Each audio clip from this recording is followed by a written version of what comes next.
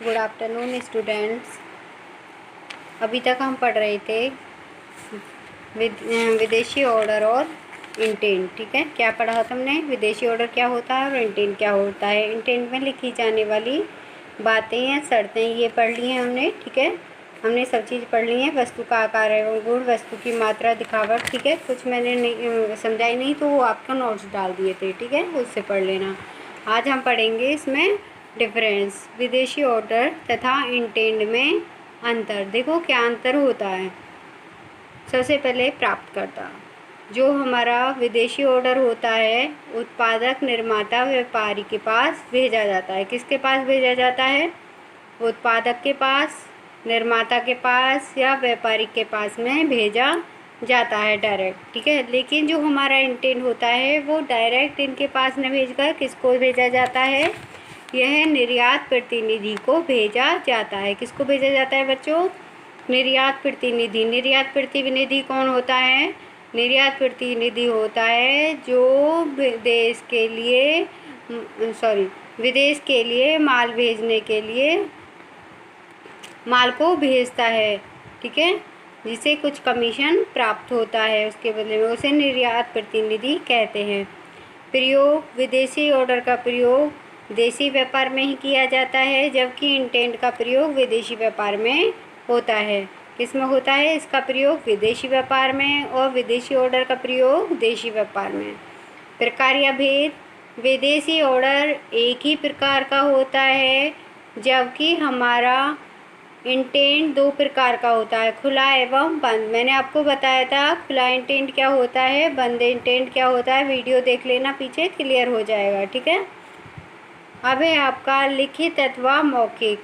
विदेशी ऑर्डर हमारा लिखित एवं मौखिक दोनों प्रकार का हो सकता है। ठीक है, जबकि इंटेंट हमारा लिखित होता है, मौखिक नहीं होता है। ठीक है, निर्देश, विदेशी ऑर्डर में माल के संबंध में आवश्यक निर्देश होना आवश्यक नहीं है। ठीक है, जो निर्देश दिए जाते हैं वो आवश्यक नहीं है, जबकि इंटेंट में माल के संबंध में आवश्यक निर्देश होते हैं। मतलब कि जो उनके भी पढ़ा लिखा अच्छे से समझा जाता है निर्देशों को। ठीक है,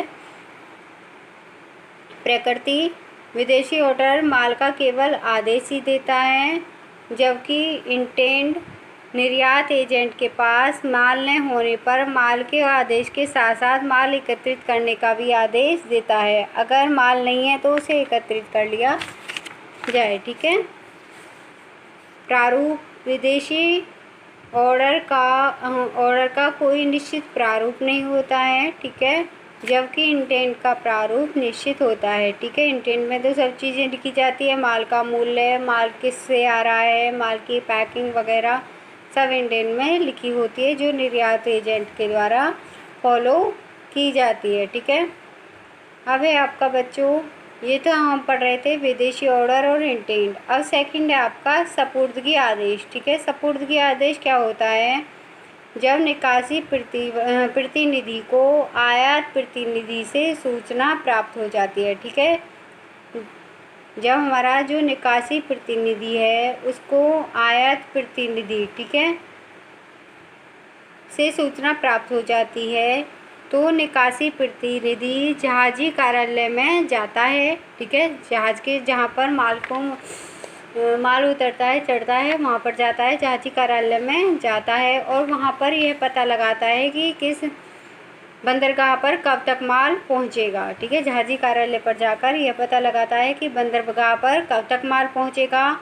जहाज के आ जाने पर वह जहाजी कंपनी के अधिकारियों को जहाजीबिलिटी दिखाकर, ठीक है, जो हमारे जहाज के अधिकारी होते हैं उनको जहाजीबिलिटी दिखा देता है। ठीक है, तो जहाज के कप्तान के नाम से आदेश प्राप्त करेगा। जब तक हमारा माल बंदरगाह पर नहीं पहुंचा है तो उसका काम होता है जहाज के अधिकारियों से जहाजीबिलिटी को दिखाकर ऑर्डर प्राप्त कर लेता है वो जहाजी कप्तान के नाम से। ठीक है, कि आदेश के वाहक को जहाज पर माल उतार देने दे। जो हमारा वाहक है, ठीक है, उसको माल जहाज से उतार लेने दें। इस आदेश पर जहाजी कार्यालय के अधिकारी के हस्ताक्षर होते हैं। जो जहाजी कार्यालय का अधिकारी होता है उसके हस्ताक्षर होते हैं, ठीक है। इस प्रकार का आदेश सपुर्दगी आदेश या निकासी चालान कहलाता है। समझ में आया? सपुर्दगी आदेश क्या होता है, दोबारा सुन लो। हमारा जब निकासी प्रतिनिधि को आयात प्रतिनिधि से सूचना मिल जाती है। निकासी प्रतिनिधि कौन होता है?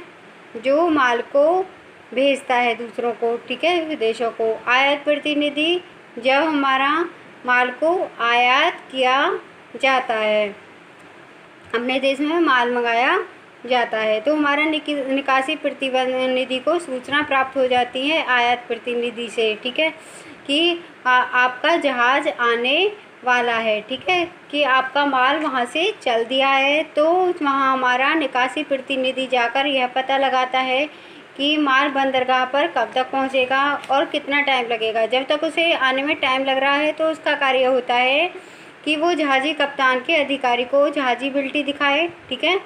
जो जहाज़ का कप्तान अधिकारी होता है कार्यालय का, उसे जहाज़ी बिल्टी दिखाए और जहाज़ी कप्तान के नाम से आदेश प्राप्त करके उस आदेश के वाहक को जहाज़ पर माल उतारने दें। उसमें लिखा होता है, जो क्या लिखा होता है सपुर्दगी आदेश में, कि इसको माल उतारने दें। जो जहाज़ जिसने ऑर्डर प्राप्त करा है उसको माल उतारने दें जहाज़ से, ठीक है। इस आदेश पर जहाज़ी कार्यालय के अधिकारी के हस्ताक्षर होते हैं। इस प्रकार का आदेश ही आज का सपुर्दगी आदेश या निकासी चालान कहलाता है, ठीक है। इसकी 2 प्रतिलिपि तैयार की जाती हैं, एक गोदी अधिकारी को दे दी जाती है और दूसरी जहाज़ी कप्तान को, ठीक है, ताकि भविष्य में काम आए। गोदी अधिकारी होता है आपका डाक, जो वहाँ पे एक स्टोर सा होता है जहाँ पर माल को उतारा जाता है, मतलब कि जहाँ जहाज़ी कार्यालय होता है, ठीक है, जहाँ पर माल को रोक के रखा जाता है, जिसे हम गोदाम भी कहते हैं, ठीक है। तो गोदी का अधिकारी का मतलब होता है जिसके यहाँ पे माल को रखा हुआ है उससे छुड़ाना होता है, ठीक है। तो गोदी अधिकारी को भेजा जाता है एक प्रतिलिपि, एक हमारे जहाज़ी कप्तान को भेजी जाती है, ठीक है, ताकि भविष्य में कोई गड़बड़ हो माल को तो उसे दिखाकर अपने माल के लिए हम कानूनी कार्रवाई कर सकते हैं, ठीक है। आज की वीडियो में इतना ही रहने दो। आई होप आपके सपुर्दगी आदेश समझ में आ गया होगा। अगर नहीं आया तो बता देना मुझे, ठीक है, मैं दोबारा आपको समझा दूँगी। ओके, थैंक्स बच्चों।